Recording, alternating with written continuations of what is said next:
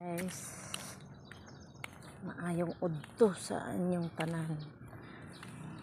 Punta ko ng grocery saglit kay kaalis lang ng amo ko. Umano din ako, umalis din sandali. Andun naman may na iwan man doon sa bahay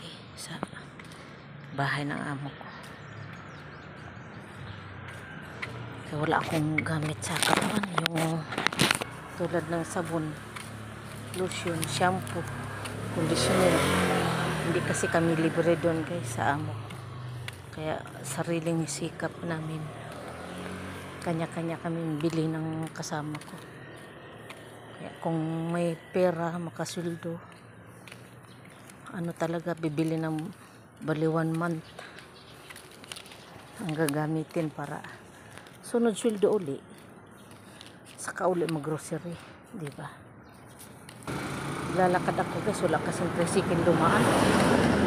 Buti nga hindi mainit masyado, hindi ako naka-payong, sombrero lang, pero may payong ako guys.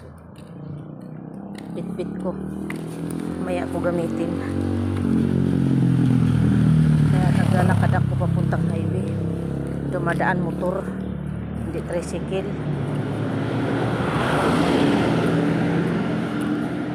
Naglalakad ako papuntang highway kasi layo dito guys pero tama lang din na lakarin, mag-exercise naman kahit papaan, diba? Okay. Alam mo naman ng mga babae, daming arte sa katawan, hindi pwede walang sabon, lotion. Wala na ngayon kay tag-init na, sun protection pa kay din natin maiwasan di tayo lalabas, lalo na pag utusan tayo ng amo ko. Tulad ngayon lumabas ko, ako ng sunscreen, diba? Pero madali lang ako guys, kaya hindi ako nagpaalam. Si sandali lang, mamaya pa naman yung gabi sila uwi, kaya siguro matagal na sa akin ng 1 oras kalahati. Madali lang naman eh. Kung may tricycle lang, sandali lang kasi paglabas lang ng highway, kabila, okay na. Ando na yung grocery. Kaya nilakad ko sana nga makaano ako ng tricycle para makabalik ako agad. Diba? Kaya habang walang tricycle, lakad-lakad muna ta. Malay mo kung wala pang tricycle, tapos marating ko na yung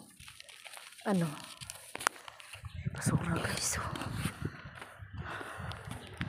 Ay, daming buti guys.